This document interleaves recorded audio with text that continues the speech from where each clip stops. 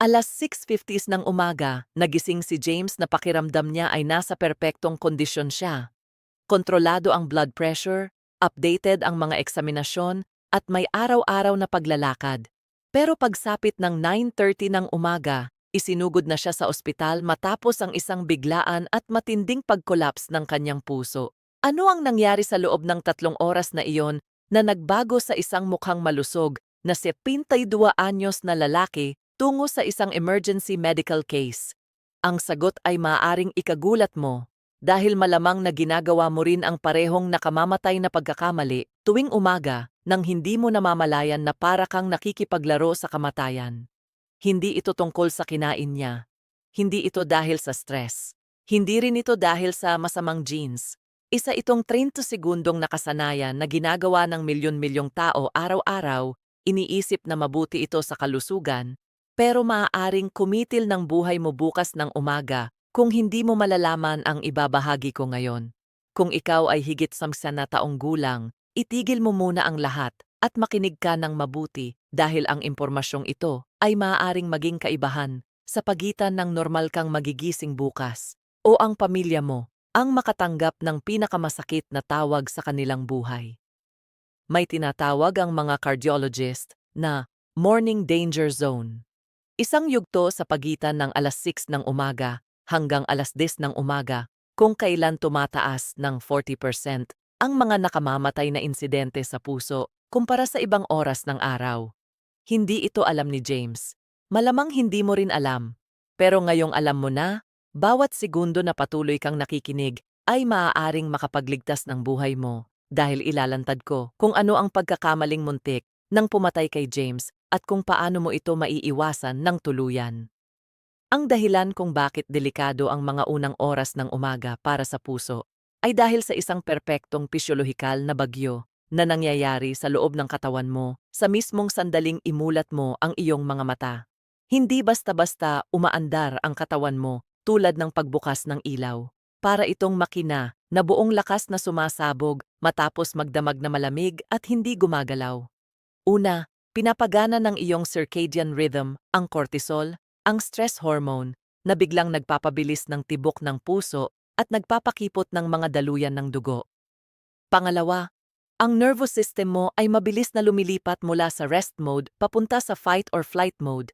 Naglalabas ng adrenaline na lalo pang nagpapataas ng blood pressure at heart rate. Pangatlo, matapos ang 7 hanggang 8 oras na walang iniinom, dehydrated ka, at dahil dito nagiging mas malapot ang dugo, parang pulot, na nagpapahirap sa puso na magbomba ng dugo ng maayos. Ngayon, isipin mo ang puso mo na 60, 70, o 80 taon nang walang tigil na nagtatrabaho, haharap sa ganitong klasing bagyo tuwing umaga. At sa mismong sandaling iyon na pinakamahina at pinaka-vulnerable ito, may ginagawa kang isang pagkakamali na maaaring magtulak dito lampas sa limitasyon. Ginawa ito ni James. Malamang ginagawa mo rin. Sa katunayan, may 5 nakamamatay na pagkakamali na karaniwang ginagawa ng mga taong higit 60 taong gulang tuwing madaling araw. At malamang, kahit isa man lang dito ay ginagawa mo ngayon. Ang ika-5 pagkakamali, ang muntik ng kumitil sa buhay ni James, ang pinakamapanganib sa lahat. Manatili ka hanggang dulo dahil maaaring literal na nakasalalay dito ang buhay mo. Ang unang pagkakamali na tuwirang nagdadala sa maraming tao sa ospital tuwing umaga ay isang bagay na napaka-normal. Kaya 95% ng mga tao ay hindi man lang naiisip na delikado ito. Ang biglang pagbangon mula sa kama sa mismong segundo na tumunog ang alarm clock. Iminumulat mo ang iyong mga mata, naririnig ang alarm, at agad kang tumatayo mula sa pagkakahiga na parang sundalong rumeresponde sa isang atake. Mukha itong walang masama, parang masipag at handang-handa ka lang harapin ang araw. Simulan ang araw ng may enerhiya, sabi mo sa sarili mo. Pero para sa mga taong lampas 60, ang simpleng galaw na ito ay maaaring mag-trigger ng isang seryosong kondisyon na tinatawag na orthostatic hypotension. Isa itong phenomenon na maaaring magdulot ng mapanganib na pagkahimatay, matinding pagbagsak, at sa matitinding kaso, maaaring maging mitsa ng delikadong cardiac arrhythmias na maaaring kumitil ng buhay sa loob lamang ng ilang minuto. Ganito ang nangyayari sa katawan mo kapag bigla kang bumangon nang walang anumang paghahanda o transition.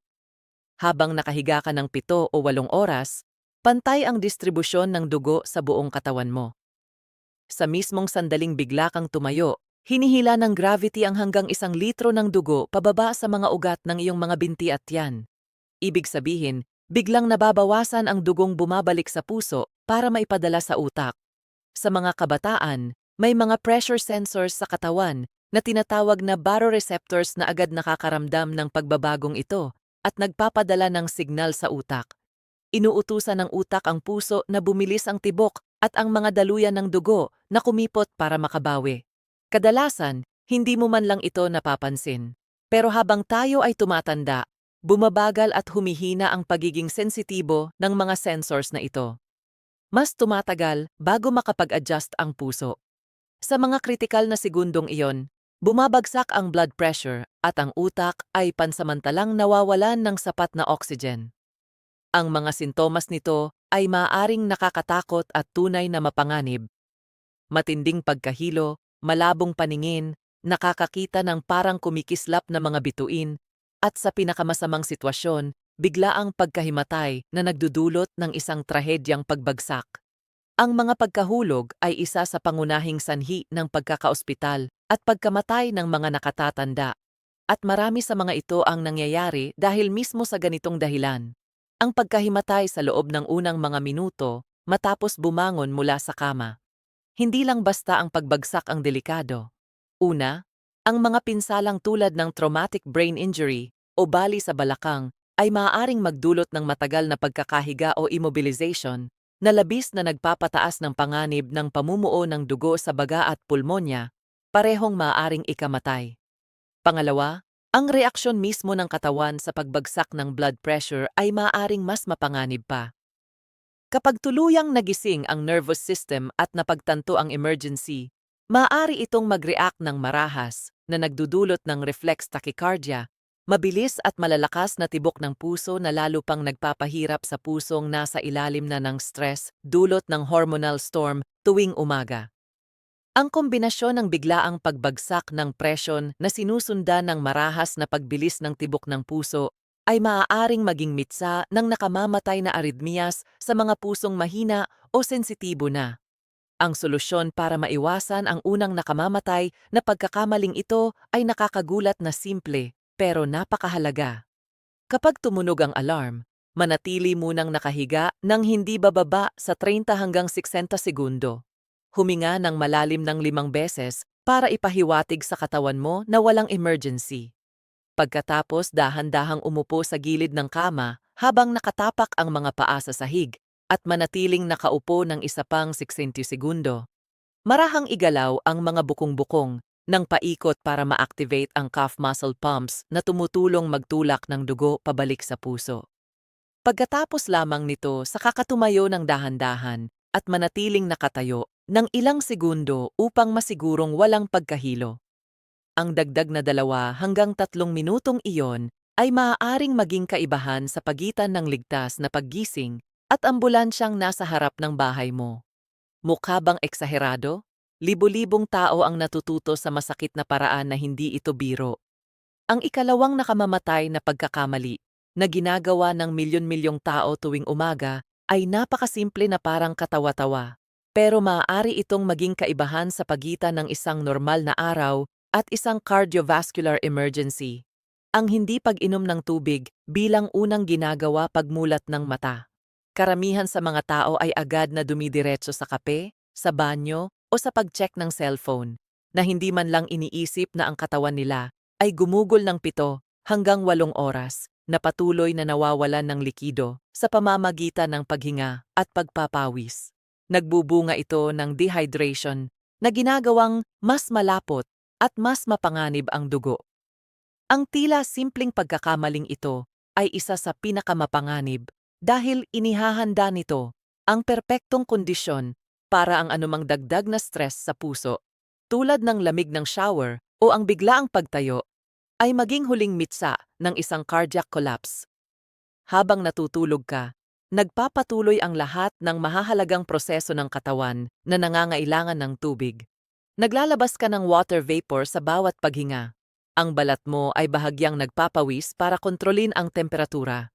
Ang mga bato o kidneys mo ay patuloy na nagsasala ng dugo at gumagawa ng ihi.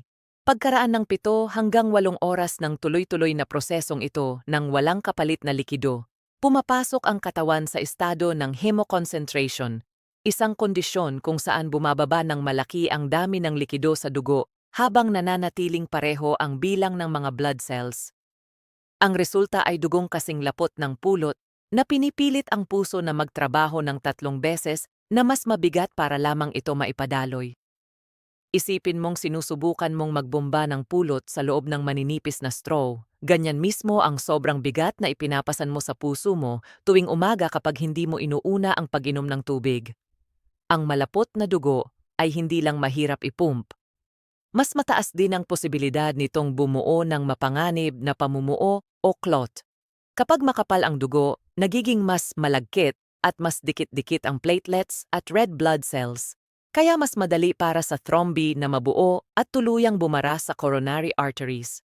Sa normal at mas malabnaw na dugo, ang maliliit na pinsala sa pader ng ugat ay naaayos ng walang problema.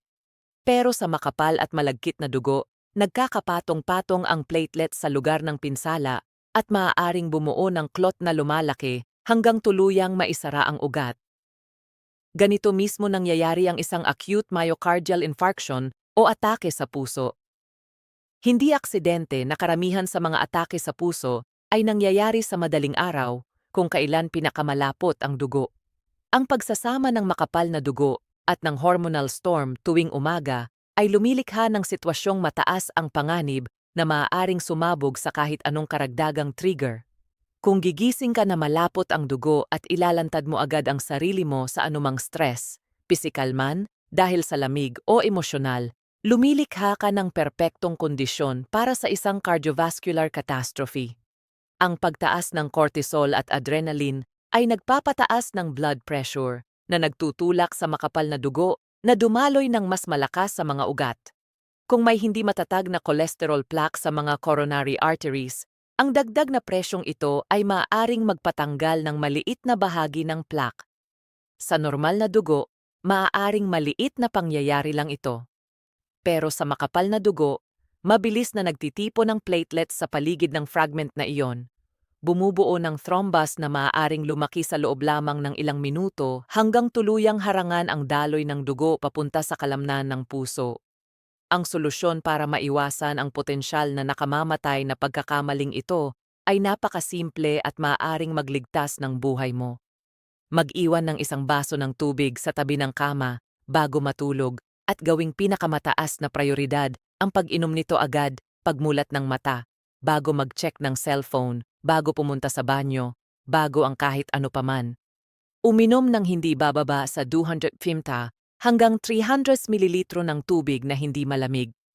Ang simpleng tubig na ito ay agad nagsisimulang baliktarin ang hemokonsentrasyon, ginagawang mas malabnaw ang dugo at lubos na binabawasan ang sobrang trabaho ng puso. Sa loob lamang ng ilang minuto, literal mong nilalabnaw ang panganib at lumilikha ng mas ligtas na kondisyon para harapin ang natitirang bahagi ng umaga. Isa itong 30 segundong nakasanayan na maaaring magdagdag ng maraming taon sa buhay mo. Ang ikatlong nakamamatay na pagkakamali na nagdudulot ng morning cardiac collapses ay isang bagay na 80% ng mga tao ay ginagawa ng parang ritual. Iniisip na kailangan ito para makapag-function sa umaga. Ang pag-inom ng matapang na kape, lalo na ang espresso o sobrang concentrated na kape, habang walang laman ang tiyan kaagad pagkatapos magising. Ang tila inosenteng nakasanayang ito ay parang isang cardiovascular bomb na nakatago sa anyo ng pang-umagang ritual dahil pinagsasama nito ang malakas na epekto ng mataas na konsentrasyon ng caffeine, ang walang lamang digestive system, at ang katawan na nasa ilalim na ng matinding hormonal storm ng paggising. Ang caffeine ay isang malakas na stimulant na agad nagpapakawala ng mas maraming adrenaline sa katawan.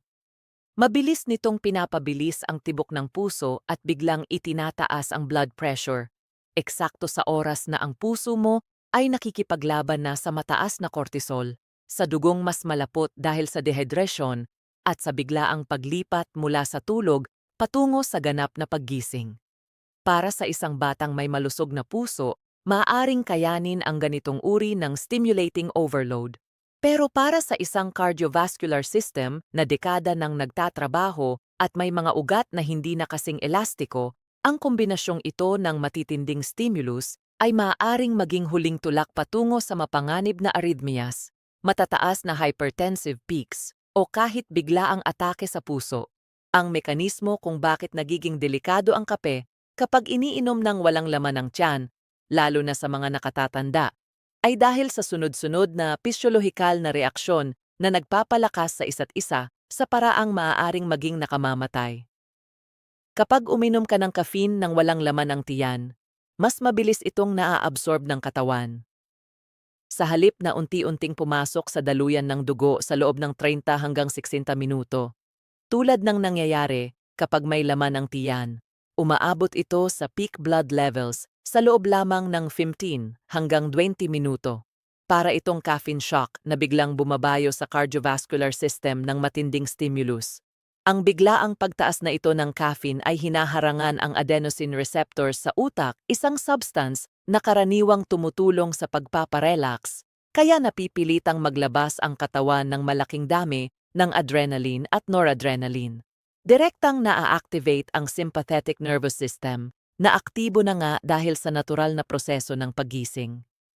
Ang resulta ay patong-patong na stimulus na maaaring magtaas ng blood pressure ng 20 hanggang 40 puntos sa loob lamang ng ilang minuto, magpabilis ng tibok ng puso sa mapanganib na antas, at lumikha ng estado ng cardiovascular hyperexcitability kung saan ang kahit maliit na dagdag na stress ay maaaring magpasimula ng isang seryosong insidente. Para sa mga taong may silent coronary disease o hindi natutuklasang hypertension, mga kondisyong napakakaraniwan pagkatapos ng edad na 60, ang ganitong umagang overload ng stimulant ay maaaring literal na maging huling patak na magdudulot ng pagkapunit ng arterial plaque, ventricular arrhythmias, o hypertensive crisis na nangangailangan ng agarang medikal na atensyon. Mas nagiging mapanganib pa ang sitwasyon kapag isinama natin ang katotohanang ang kape sa walang laman na tiyan ay nakikialam din sa natural na regulasyon ng blood glucose.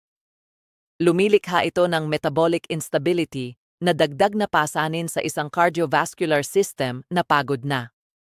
Pinapagana ng caffeine ang paglabas ng glucose na nakaimbak sa atay sa pamamagitan ng stress hormones.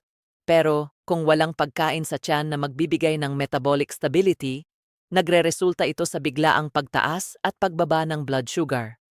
Dahil dito, napipilitang magtrabaho ng mas mabigat ang pancreas at nagkakaroon ng hormonal fluctuations na lalo pang nagpapahirap sa puso. Kasabay nito, ang caffeine sa walang laman na tiyan ay nagpapataas ng produksyon ng gastric acid sa antas na maaaring magdulot ng matinding iritasyon, acid reflux, o maging ulcers sa mga sensitibong tao. At may direktang koneksyon ang mga problemang ito sa digestive system at cardiac arrhythmias sa pamamagitan ng vagus nerve na nagdurugtong sa tiyan at puso. Kapag naiirita ang tiyan dahil sa sobrang asido at caffeine, maaari itong magpadala ng hindi regular na signal sa pamamagitan ng vagus nerve na nakakaapekto sa natural na ritmo ng puso, lalo na sa mga nakatatanda na may mas hindi matatag na autonomic nervous system. Ang kombinasyon ng metabolic instability, iritasyon sa tiyan, at sobrang nerve stimulation ay lumilikha ng magulong pisyolohikal na kapaligiran kung saan ang puso ay sabay-sabay na hinaharap ang maraming stress. Maaari itong magtapos sa biglaan at potensyal na nakamamatay na cardiovascular events. May isa pang mas mapanlinlang na aspeto ang pag-inom ng kape tuwing umaga nang walang laman ang tiyan na bihirang isaalang-alang ng mga tao. Sa paglipas ng mga taon, nagkakaroon ng tolerance at dependence sa caffeine, kaya ang mga nakatatanda ay kadalasang umiinom ng mas maraming dami para makuha ang parehong stimulating effect. Nagiging mapanganib itong pagtaas ng dose na maaaring humantong sa caffeine intoxication na nakatago sa anyo ng normal na pangangailangan tuwing umaga. Maraming tao na higit 60 ang madaling nakakakonsumo ng 400 hanggang 600 ml ng caffeine sa loob lamang ng maagang oras ng umaga, mula sa maraming tasa ng matapang na kape, espresso shots o energy drinks, nang hindi nila namamalayan na papalapit na sila sa toxic levels na maaaring magdulot ng matinding arrhythmias, hypertensive crises at sa matitinding kaso, maging seizures. Ang mas lalong nagpapapanganib sa sitwasyong ito ay ang mga sintomas ng sobrang caffeine, palpitations, panginginig, pagkabalisa, hirap sa paghinga, na kadalasang isinasantabi bilang normal na kaba sa umaga o pangkaraniwang stress. Sa realidad, maaaring mga babala na ito na ang cardiovascular system ay itinutulak na lampas sa ligtas na hangganan. Dagdag pa rito, maraming umiinom ng gamot para sa blood pressure, problema sa puso o iba pang karaniwang kondisyon sa pagtanda ang hindi nakakaalam na maaaring magkaroon ng mapanganib na interaksyon ng caffeine sa kanilang mga iniinom na gamot. Maaari nitong palakasin o pahinain ang epekto ng gamot o lumikha ng kombinasyong labis na nagpapahirap sa puso at iba pang mahahalagang organo. Ang pagsasama ng cardiovascular medications at mataas na dose ng caffeine tuwing umaga ay maaaring magdulot ng hindi inaasahang pagbabago sa blood pressure at heart rate na mahirap kontrolin at maaaring humantong sa biglaang medical emergency. Ang solusyon upang maiwasan ang ikatlong potensyal na nakamamatay na pagkakamaling ito ay nangangailangan ng isang mahalagang pagbabago sa pananaw tungkol sa kape tuwing umaga. Unahin ang kaligtasan ng puso kaysa sa agarang energy kick na maaaring magdulot ng kapahamakan. Kung hindi mo kayang isipin ang umaga na walang kape, at karamihan sa may caffeine dependence ay ganito, ang susi ay baguhin kung paano at kailan mo ito iniinom upang mabawasan ang panganib. Una, huwag kailanman uminom ng kape nang walang laman ang tiyan. Laging kumain muna ng kahit may laman man lang, kahit isang saging, isang dakot ng mani o isang pirasong tinapay, para bumagal ang absorption ng caffeine at maiwasan ang biglaang pagtaas nito sa dugo na nagpapahirap sa puso. Pangalawa, unti-unting bawasan ang konsentrasyon at dami ng kape sa umaga. Sa halip na triple espresso o sobrang tapang na kape, pumili ng mas diluted na bersyon at limitahan ang sarili sa isang maliit na tasa sa loob ng mga oras matapos magising. Pangatlo, magpatupad ng tinatawag na hydration buffer sa pamamagitan ng pag-inom ng hindi bababa sa 300 hanggang 500 mililitro ng tubig bago pa man mag-isip tungkol sa kape upang masigurong sapat ang fluidity ng dugo at hindi nadagdagan pa ang pasanin ng cardiovascular system na naapektuhan ng dehydration sa gabi. Pang-apat, isaalang-alang ang unti-unting pagpapalit ng bahagi ng iyong kape ng mas banayad na tsaa tulad ng green tea na may mas mababang konsentrasyon ng caffeine at may mga compound na nakakatulong sa pagpaparelax at cardiovascular stability. At pinakamahalaga sa lahat, kung ikaw ay higit 60 taong gulang at umiinom ng gamot para sa puso, blood pressure o anumang chronic condition, kausapin ang iyong doktor tungkol sa posibleng interaksyon ng kape tuwing umaga sa iyong mga gamot. Maaaring may mga nakatagong panganib sa cardiovascular system na hindi mo namamalayan at maaaring naglalagay sa buhay mo sa alanganin araw-araw. Maaaring hindi komportable sa simula ang pagbabawas ng caffeine dahil sa withdrawal symptoms, pero mas mabuti ito kaysa sa matuklasan sa masakit na paraan na ang dati mong inaakalang inosenteng ritual tuwing umaga ay unti-unting sumisira sa kalusugan ng puso mo at naghahanda ng entablado para sa isang trahedyang sana ay naiwasan. Ang ikaapat na pagkakamali na nagdudulot ng mga morning cardiovascular emergencies ay isang bagay na ginagawa ng marami sa paniniwalang ito ay sobrang malusog. Ang matinding ehersisyo o mabigat na pisikal na aktibidad sa loob ng unang mga oras matapos magising. Pinag-uusapan natin ang mga taong bumabangon mula sa kama at agad tumatakbo ng malayo, nagbubuhat ng mabibigat na weights, gumagawa ng high-intensity workouts, o anumang aktibidad na biglang nagpapataas ng tibok ng puso habang ang katawan ay hindi pa lubusang nakakaangkop sa estado ng paggising. Bagamat napakahalaga ng ehersisyo para sa kalusugan ng puso, napakahalaga rin ng tamang oras nito, lalo na para sa mga taong higit 60 taong gulang. Ang mukhang disiplinado at ehemplong healthy na gawain ay maaari palang maging recipe para sa isang cardiovascular disaster kapag ginawa sa maling oras ng araw. Ang problema, sa mga unang oras ng umaga, ang cardiovascular system mo ay sabay-sabay nang hinaharap ang iba't ibang stress, mataas na cortisol, tumataas na adrenaline, dugong mas malapot dahil sa dehydration, at natural na mas mataas na blood pressure dulot ng circadian rhythms. Kapag dinagdagan mo pa ito ng matinding ehersisyo sa sandaling iyon, para kang nagbuhos ng gasolina sa apoy na matindi ng nagliliyab. Ang puso, na nagtatrabaho na ng todo dahil sa morning hormonal storm, ay biglang kailangang magbomba ng mas maraming dugo papunta sa mga aktibong kalamnan na nagpapataas ng pangangailangan sa oxygen sa antas na maaaring hindi na nito kayang maibigay ng sapat.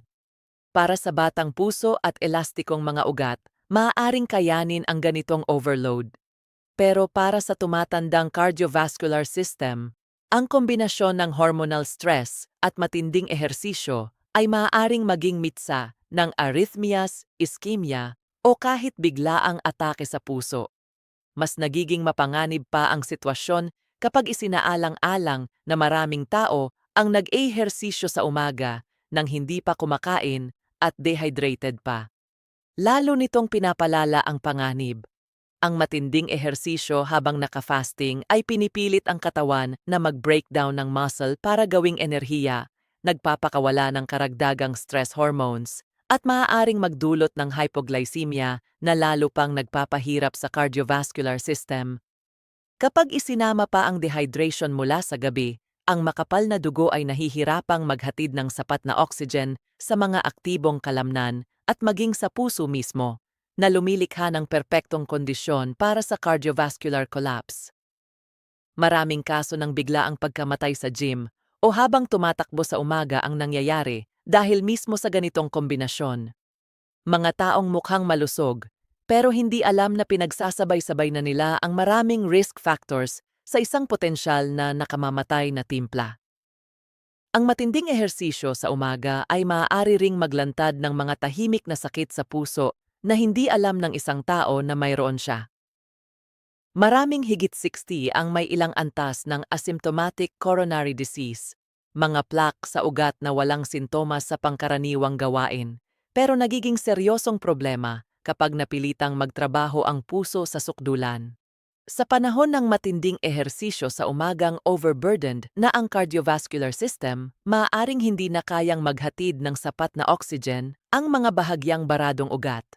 Ang resulta ay maaaring matinding ischemia, mapanganib na arrhythmias, o pagkapunit ng plaque na nagdudulot ng biglaang atake sa puso. Ang solusyon para maiwasan ang ikaapat na pagkakamaling ito ay ang maingat na pag-aayos ng oras at tindi ng ehersisyo upang makipagtulungan sa pisyolohiya ng katawan, hindi laban dito. Kung nais mong mag-ehersisyo sa umaga, maghintay ng hindi bababa sa 2 hanggang 3 oras matapos magising upang mabigyan ng panahon ang katawan na natural na magbalanse. Uminom ng sapat na tubig, kumain ng magaan, at hayaan munang bumalik sa normal ang mga morning hormones bago magdagdag ng pisikal na stress. Laging magsimula sa napakabagal at mas mahabang warm-up, lalo na kung ikaw ay higit 60. Sa halip na agad sumabak sa matinding workout, pumili muna ng mas banayad na aktibidad tulad ng katamtamang paglalakad, stretching, o yoga na nagbibigay ng benepisyo sa puso nang hindi labis na pinapahirapan ang system na nasa ilalim pa ng stress. Kung mas gusto mo ang mas intense na ehersisyo, isaalang-alang na ilipat ito sa kalagitnaan ng umaga, hapon, o maagang gabi kung kailan mas stable at mas handa na ang cardiovascular system para sa dagdag na demand. Tandaan, ang ehersisyo ay parang gamot. At tulad ng anumang gamot, ang tamang dose at tamang oras ang nagtatakda kung ito ay magiging kapaki-pakinabang o makasasama. Ang ikalima at huling pagkakamali ang pinakamapaminsala sa lahat at ito mismo ang muntik ng pumatay kay James sa araw na iyon. Ito ay isang bagay na ginagawa ng milyon-milyon, iniisip na ito ay napaka-healthy, at madalas pang itinutulak ng wellness influencers at biohacking gurus na para bang ito ang banal na sikreto ng mahabang buhay. Ang pagligo sa sobrang lamig na tubig, cold plunge, o anumang uri ng matinding thermal shock kaagad pagkatapos magising. 3 buwan pa lamang noon nang simulan ni James ang ganitong gawain. Kumbinsido sa mga benepisyong nababasa niya online. Mas maraming enerhiya, mas magandang mood, mas malakas na immune system. Tuwing umaga, babangon siya at didiretso sa 2 minutong malamig na shower. Iniisip na ini-invest niya ito sa sarili niyang kalusugan. Sa umagang muntik na siyang mamatay, ginawa niya ang eksaktong iyon. Nagising siya, pumunta sa banyo, itinudo ang lamig ng shower, at sa mismong sandaling tumama ang nagyayelong tubig sa kanyang dibdib, tuluyang nag-collapse ang kanyang cardiovascular system. Hindi iyon aksidente. Isa itong predictable at potensyal na nakamamatay na pisyolohikal na reaksyon kapag pinagsama mo ang matinding thermal shock at isang katawan na overburdened na dahil sa morning hormonal storm. Narito ang nakakatakot na siyensya sa likod ng nangyayari kapag ang isang taong higit 60 ay nalantad sa matinding lamig kaagad pagkatapos magising. Itinuturing ng katawan ang sobrang lamig bilang direktang agresyon at agad nitong ina-activate ang lahat ng emergency mechanisms upang mapanatili ang mahalagang init ng katawan. Sa loob lamang ng ilang segundo, nangyayari ang tinatawag na massive peripheral vasoconstriction. Libu-libong maliliit na blood vessels sa balat at mga extremities ang sabay-sabay na sumasara. Parang mga floodgate na marahas na isinara. Isipin mo ang cardiovascular system bilang isang network ng mga tubo kung saan biglang isinara ang libu-libong maliliit na tubo. Ang presyon sa pangunahing daluyan ay agad sumisipa pataas. Ipinapakita ng mga pag-aaral na ang thermal shock ay maaaring magtaas ng systolic blood pressure ng 20 hanggang 40 puntos sa loob lamang ng ilang segundo. Para sa mga taong may mataas na presyon na o may compromised na cardiovascular system, maaaring mas grabe pa ang pagtaas na ito at potensyal na nakamamatay. Para sa pusong dekada ng nagtatrabaho at sa mga ugat na tumigas na dahil sa natural na atherosclerosis ng pagtanda, ang bigla at napakalaking pagtaas ng presyon ay parang pilit na pagpapalaki ng isang luma at tuyong lobo ng masyadong mabilis. Napakataas ng panganib ng pagkapunit, maaaring unstable cholesterol plaque sa coronary artery na magdudulot ng biglaang atake sa puso, o cerebral vessel na pumutok at magresulta sa hemorrhagic stroke. Mas lalo pang nagiging mapanganib ang thermal shock dahil hindi lang nito pinapataas ang blood pressure sa delikadong antas, kundi pinipilit din nito ang puso na magtrabaho ng may brutal na intensidad upang malampasan ang napakalaking resistance sa daluyan ng dugo na biglang nalikha. Upang maipadaloy ang dugo sa libu-libong sumikip na ugat, kailangang tumibok ang puso ng mas malakas at mas mabilis, na nagpapataas ng pangangailangan nito sa oxygen sa antas na maaaring hindi na matugunan, lalo na kung may tahimik ng coronary disease, isang kondisyong napakakaraniwan sa mga taong higit 60 at kadalasang walang sintomas sa normal na gawain. Kapag napilitang humarap ang puso sa ganitong matinding pangangailangan sa oxygen, sa panahong maaaring bahagyang barado na ang coronary arteries, ang resulta ay maaaring matinding ischemia na tuluyang magpapahinto sa maayos na electrical system ng puso. Dito pumapasok ang pinakamapanganib na arrhythmias, lalo na ang ventricular fibrillation, isang kondisyon kung saan tumitigil ang puso sa maayos na pagbomba ng dugo at sa halip ay nanginginig lamang ng magulo, parang makinang namatayan. Sa ventricular fibrillation, walang dugong naipapadala sa utak at sa iba pang bahagi ng katawan. Ito ang cardiac arrest. At kung hindi ito maibalik sa loob ng ilang minuto gamit ang defibrillator, ito ay nakamamatay. Ito mismo ang naranasan ni James. Ang thermal shock ang naging huling tulak na hindi na kinaya ng kanyang cardiovascular system na matagal nang pinapahirapan ng morning danger zone. Mas nagiging mapanlinlang ang sitwasyon kapag naisip mong ang morning thermal shock ay malawakang itinataguyod sa social media ng mga influencer na walang sapat na pag-unawa sa partikular na panganib nito sa mga nakatatanda. Nakikita mo ang mga viral videos ng mga kabataang atleta na naliligo sa ice bath at umaabot sa milyon-milyong views, na nagdudulot ng social pressure para gayahin ng lahat ang tinatawag na healthy practice na ito, nang walang babala tungkol sa partikular na panganib depende sa edad o kondisyon sa kalusugan. Ang maaaring gumana para sa isang 25 anyos na atleta na may elastikong mga ugat at batang puso ay maaaring literal na ikamatay ng isang 65 anyos na may dekada ng wear and tear sa cardiovascular system, borderline blood pressure o asymptomatic coronary disease. Mas masahol pa, marami sa mga ipinapangakong benepisyo, mas maraming enerhiya, mas magandang mood, mas malakas na immune system, ay maaaring makamit sa mas ligtas na paraan na hindi inilalagay sa panganib ang puso.